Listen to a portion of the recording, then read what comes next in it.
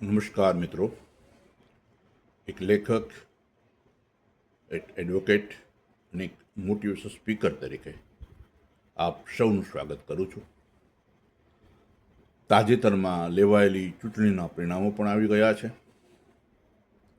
ને આ વર્ષે લેવાયેલી ધોરણ 12 અને ધોરણ 10ની પરીક્ષાના પરિણામો પણ આવી ગયા છે. મિત્રો, પરિણામ એ જ પરમેશ્વર છે, પરિણામ એ જ પ્રભુ છે. હું જ્યારે બીએમાં હતો ત્યારે એક અંગ્રેજી નવલકથા મને અભ્યાસક્રમમાં ભણવામાં આવતી, ઓલ્ડ મેન એન્ડ શી.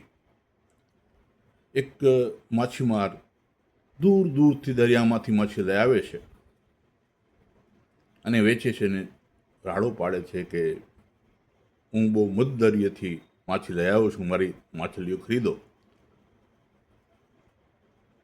પછી એક શાણા માણસ કહે છે કે આ દુનિયામાં તમે ક્યાંથી શું લાવો છો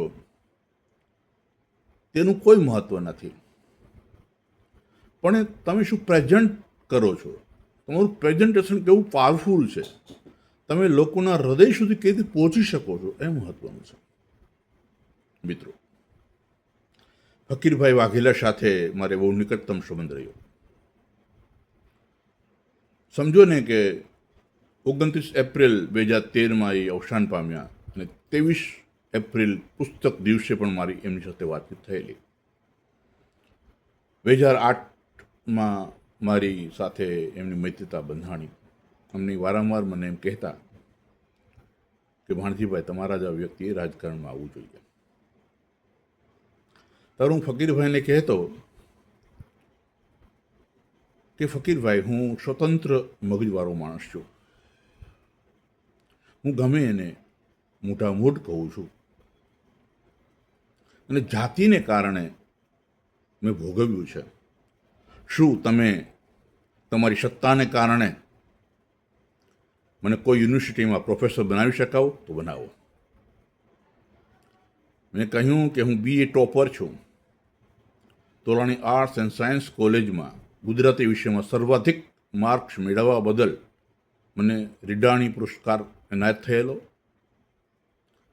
બીજા જ વર્ષે સામાન્ય રીતે BEd કોલેજમાં એડમિશન નથી મળતું, પરંતુ BAના મેરિટને કારણે મને એ જ વર્ષે મુન્દ્રાની BEd કોલેજમાં એડમિશન મળ્યું. 1997માં હું MAમાં કચ્છમાં પ્રથમ આવ્યો. આજે હું માર્ક્સ જોઉં છું 10મા અને 12મા ધોરણના 90%, 80%. હું 56% માર્ક્સ હોવા છતાં હું કચ્છમાં પ્રથમ આવેલો. કચ્છ મિત્રની નોંધ પણ લીધેલી. અને 97માં કોલેજના લેક્ચરર માટે લેવાતી યુનિવર્સિટી ગ્રાન્ટ કમિશનની પરીક્ષા મેં પ્રથમ પ્રયાસે પાસ કરેલી. આ વાત મેં ફકીરભાઈને કહેલી કે તમે મને પ્રોફેસર બનાવી શકો તો બનાવો. મને રાજકારણમાં કોઈ રસ નથી, મને રાષ્ટ્રકારણમાં રસ છે. કારણ કે હું આર્મીનો માણસ છું, આર્મીમાં મારું ઘડતર થયું છે. રાજકારણમાં કેટલા તમે હોશિયાર છો, કેટલા ઈમાનદાર છો, કેટલા પ્રતિષ્ઠિત છો, એને કોઈ મહત્વ નથી. હું નાનપણથી રાષ્ટ્રપ્રેમનો માણસ રહ્યો છું. જ્યારે 1988-89ની વાત કરું તો એક સુરેશ મહેતા, આપણા કચ્છના એક ધુરંધર નેતા અને વિરોધ પક્ષના નેતા તરીકે એમની ભૂમિકા મને ખૂબ જ ગમતી. રેડિયોમાં હું જ્યારે સમાચાર સાંભળતો તેમનો આવશ્યક અવાજ આવે કે સુરેશ મહેતાએ આ વિરોધ નોંધાવ્યો. પણ તાજેતરના પરિણામો એ આવ્યા છે કે એવો વિરોધ પક્ષ પણ પ્રબળ નથી રહ્યો જે શાસક પક્ષને પોતાની નીતિઓને રોકી શકે. લોકશાહીમાં કોઈ એક પક્ષ શાસન માનવાનું છે, પણ વિરોધ પક્ષ પ્રબળ હોવો જોઈએ. એ વિરોધ પક્ષ પણ પ્રબળ રહ્યો નથી. એ લોકશાહી માટે સારી નિશાની નથી. આજે સુરેશ મહેતા હયાત છે, પણ સુરેશ મહેતાની શૈક્ષણિક યોગ્યતા, એમની કારકિર્દી, એની ક્ષમતા એ વિશે ચર્ચા કરનારા કેટલા લોકો આજે? માણસ સરદાર વલ્લભભાઈ પટેલ, ગાંધીજી અને ડૉક્ટર બાબા સાહેબ આંબેડકર, વિવેકાનંદ, હું બધાને વાંચું છું. મોટા ભાગના અનુસૂચિત જાતિના લોકો જ ડૉક્ટર બાબા સાહેબ આંબેડકરને વાંચે છે. પણ હું ડૉક્ટર બાબા સાહેબ આંબેડકર, સરદાર પટેલ, ગાંધીજી બધાને વાંચું છું. સરદાર પટેલ કહે છે એ સાચો નેતા કહેવાય કે સત્તા ગયા પછી પણ સમાજમાં એનું સ્થાન અને પ્રસ્થાન રહે. તો આ અર્થમાં તો ડૉક્ટર બાબા સાહેબ આંબેડકર એક મહાન ધુરંધર વ્યક્તિ છે. તેઓ શાસનમાં 2 થી 3 વર્ષ રહ્યા નથી, પરંતુ આજે એવી પરિસ્થિતિ છે કે કોઈ પણ પક્ષે ચૂંટણી જીતવી હોય તો ડૉક્ટર બાબા સાહેબ આંબેડકરનું નામ લેવું પડે. ને હું એમ હંમેશા કહું છું કે ડૉક્ટર બાબા સાહેબ આંબેડકર જેવા તત્કાલીન પણ નેતાઓ નહોતા. ગાંધીજી, સરદાર પટેલ, જવાહરલાલ નહેરુની આગળ ડૉક્ટર નહોતું લાગતું. ભારતના વડાપ્રધાનની વાત કરીએ તો ડૉક્ટર મનમોહનસિંહ એમ નામ લાગતું, પણ ડૉક્ટર બાબા સાહેબ આંબેડકર અમેરિકા અને ઇંગ્લેન્ડની ધરતી ઉપરથી પીએચડી પ્રાપ્ત કરનાર, અર્થશાસ્ત્ર વિષયમાં પીએચડી પ્રાપ્ત કરનાર, આજે પણ મારી જાણ અનુસાર પ્રથમ વિદ્યાર્થી છે, જેમને અર્થશાસ્ત્રનું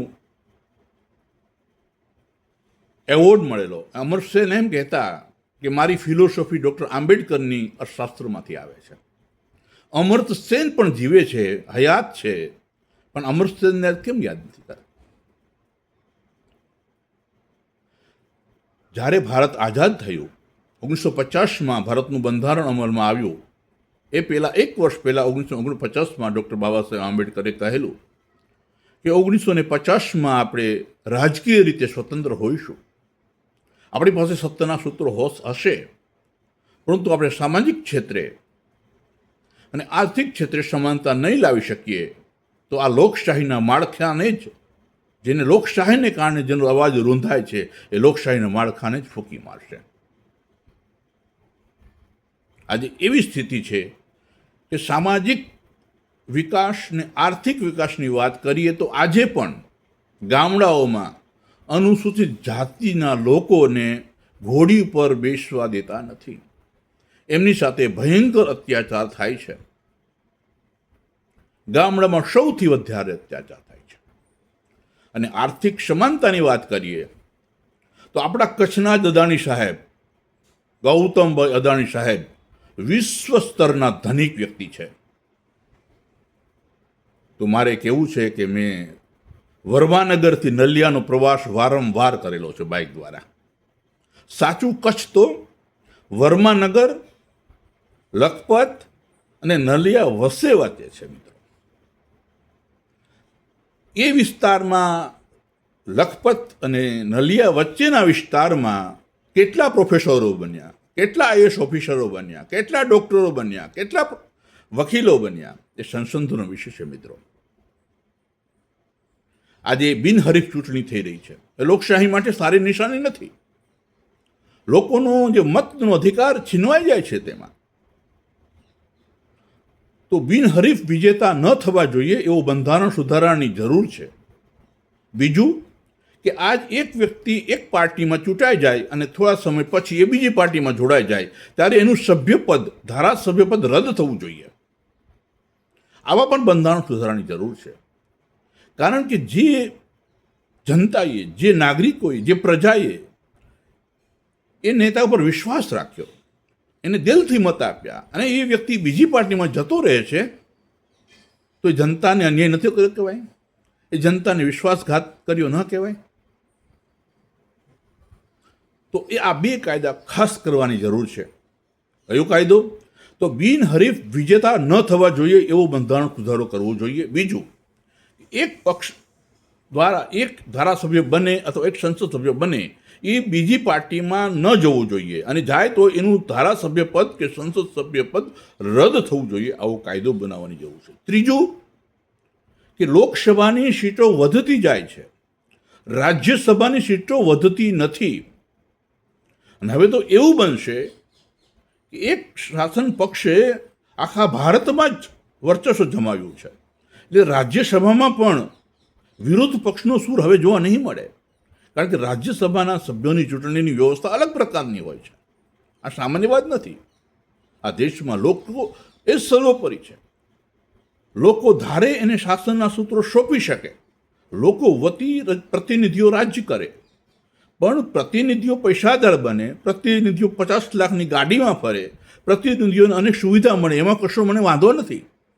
પરંતુ જે સામાન્ય નાગરિકોના લોકોને સરકારી નોકરી ન મળે એમાં મને ખૂબ વાંધો છે. હું ગામડાનો માણસ છું, ગામડાના કોન્ટેક્ટમાં રહું છું, હું વિદ્યાર્થી છું, વિદ્યાર્થીના સંપર્કમાં રહું છું. છેલ્લા 10 વર્ષમાં મેં 1 લાખથી વધારે વિદ્યાર્થીનો સંપર્ક કરેલો છે. 1 લાખથી વધારે વિદ્યાર્થીનો સંપર્ક મેં કરેલો છે. મેં ઓબ્ઝર્વ કર્યું છે કે તેમાં 100 જણાને પણ સરકારી નોકરી મળી નથી. આ ગામડાનું ચિત્ર છે મિત્રો. આ દુનિયાના આપણા ભારત દેશમાં 90% લોકો સરકારી નોકરી પર નિર્ભર છે. ખાનગીકરણ થાય એમાં મને કશો વાંધો નથી, પણ ખાનગીકરણમાં પણ અનુસૂચિત જાતિ માટે અનામત હોવી જોઈએ. જો મારા જેવા શિક્ષિત વ્યક્તિને કોઈ યુનિવર્સિટી બિન અનામત ઉપર નોકરી ન આપતી હોય તો મારી આવનારી પ્રજાનું શું થશે?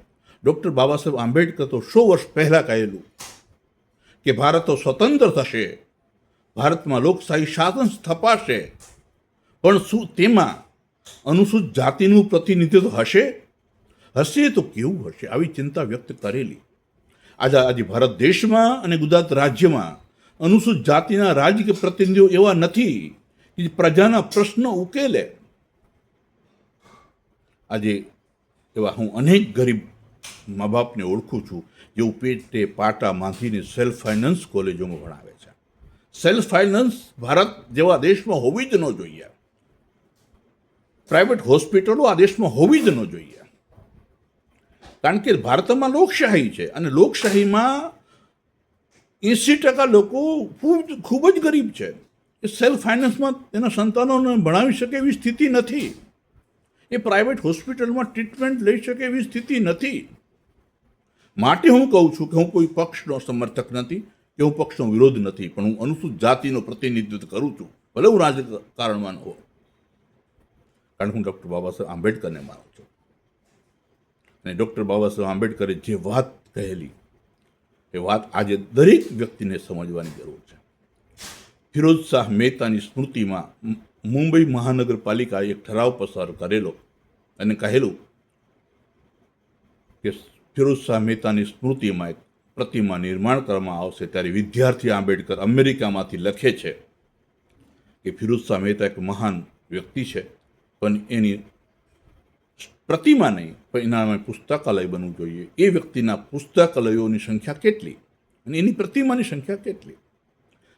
ડૉક્ટર બાબા સાહેબ આંબેડકરે એમની જન્મ જયંતિ મનાવવાની સ્પષ્ટ ના કરી છે, પણ એની જન્મ જયંતિ પાછળ લાખો લોકો લાખો રૂપિયા ખર્ચો કરી રહ્યા છે. ડૉક્ટર બાબા સાહેબ આંબેડકર તો મનોરંજનના માણસ નહોતા, એ ડાયરાના માણસ નહોતા, એ તો શિક્ષણના માણસ હતા, ભણવાના માણસ હતા, સંઘર્ષના માણસ હતા, છેવાડાના માણસોના આશાના માણસ હતા. હવે આશાના માણસોની ખાસ જરૂર છે મિત્રો.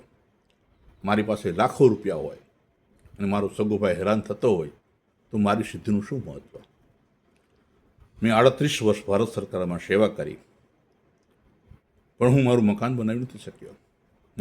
મારી નીચેના સ્ટાફના મિત્રો છે, એને આલિશાન મકાનો છે, પણ મેં જે કર્યું છે એ લોકો નથી કરી શક્યા.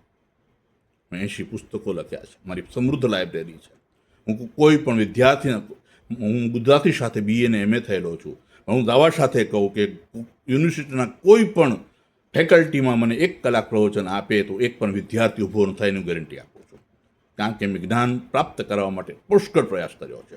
અમારો અહંકાર નથી બોલતો, અમારી આત્મવિશ્વાસ બોલે છે, અમારું આત્મપ્રતિષ્ઠા બોલે છે. અહંકાર અને આત્મવિશ્વાસમાં, આત્મપ્રતિષ્ઠામાં થોડો ફરક છે. અહંકાર એટલે કોઈને નીચે પાડી અને પોતાની પ્રતિભાને ઊંચી લઈ જવી. આત્મપ્રતિષ્ઠા એટલે પોતાના વિશે સારું બોલવું. પરિણામો આવી ગયા છે ત્યારે તમે તમારા પરિણામ ઉપર, આવનારા પરિણામ પર ફોકસ કરજો. આવનાર 10 વર્ષમાં તમે ક્યાં હશો, તમારી પાસે કેટલા રૂપિયા હશે, તમારી પાસે કેવું મકાન હશે, તમારી પાસે કેવી કાર હશે, તમારી સાથે કેવો પરિવાર હશે, એનું આકલન આજે જોશો, આજે કરશો તો તમને ખ્યાલ આવશે કે જીવનમાં પરિણામ એ જ પરમેશ્વર છે. તમે સાચા છો, ખોટા છો, અપ્રમાણિક છો, એની સાથે આજના જગતને કશું લેવા દેવા નથી. તમારી પાસે પૈસા છે કે કેમ, તમારી સાથે પદ છે કે કેમ, તમારી પાસે સત્તા છે કે કેમ, એની સાથે આજના જગતને લેવા દેવા છે. માટે પૈસા કમાવા માટે તમે ચોક્કસ ધ્યાન આપો. જીવનમાં ચારિત્ર કમાતા ઘણી વાર લાગે છે અને ચારિત્ર ગુમાવતા એક ચપટી વાર લાગે છે. એક સામાન્ય ભૂલથી માણસ એની વર્ષોની મહેનતની એક ચારિત્રની ભૂલથી ખોઈ બેસે છે. એ ચારિત્રને જાળવી રાખજો. અને હું હંમેશા કહું છું, જે વિદ્યાર્થી મિત્રો વિદ્યાર્થી અવસ્થામાં માતા પિતાના સંસ્કારને જાળવી રાખે છે, પોતાના માતા પિતાનું નામ રાખવા માટે સતત પ્રયત્ન કરે છે, એ લોકો હોશિયાર હોય કે ન હોય, મેરિટમાં હોય કે ન હોય, તે ઇતિહાસ સર્જે છે. જેકમાં ડૉક્ટર B.R. આંબેડકર, ગાંધીજી, સરદાર વલ્લભભાઈ પટેલ આ મેરિટીય સ્ટુડન્ટ ન હતા, એવરેજ સ્ટુડન્ટ હતા. પણ એમાં શું હતું મોટો લાયકાત? તેનું ચારિત્રનું સ્તર ઘણું ઓછું હતું. માટે વિદ્યાર્થીઓ મિત્રોને પરિણામ ઉપર અને ચારિત્ર ઉપર ધ્યાન આપવા વિનંતી કરું છું. મારી ચેનલને પ્રમોટ કરજો. ઘણા મિત્રો એમ કહે છે કે તમે અનુરોધ નથી કરતા, તમે લોકોને રિક્વેસ્ટ નથી કરતા. હું હૃદય સાથે રિક્વેસ્ટ કરું છું કે જેટલી મારી પાસે યોગ્યતા છે, એ યોગ્યતા જેવી મારી પાસે કોઈ સિદ્ધિઓ નથી. તમે મને સિદ્ધિઓ પ્રાપ્ત કરવામાં માધ્યમ બની શકો છો. તો મારા વિડીયો જો તમને દેશપ્રેમ લાયક લાગતા હોય, સમાજલક્ષી લાગતા હોય, તો મારા વિડીયોને શેર કરો અને વધુમાં વધુ લોકો સુધી પહોંચાડો, પ્રમોટ કરો અને મારી ચેનલને સબસ્ક્રાઈબ કરો. કારણ કે કોઈ પણ વ્યક્તિ કેટલો પણ હોશિયાર હોય, એ વ્યક્તિ લોકોના સહકાર વગર, પ્રેમ વગર એ મહાન બની શકતો નથી. હું 62 વર્ષે કંઈક અલગ કરી રહ્યો છું. હું રાજકારણો પહેલાં પણ સ્પષ્ટ કહ્યું, મારું રાજકારણ મારો વિષય નથી. મારો વિષય મારો વિદ્યાર્થી છે. હું વિદ્યાર્થી માટે જીવું છું, વિદ્યાર્થી માટે જીવતો રહીશ, વિદ્યાર્થી માટે કામ કરતો રહીશ. તો મારી વાત તમને સાચી લાગી હોય તો મારા વિડીયોને શેર કરજો, લાઈક કરજો અને મારી ચેનલને સબસ્ક્રાઈબ કરજો. Thank you very much.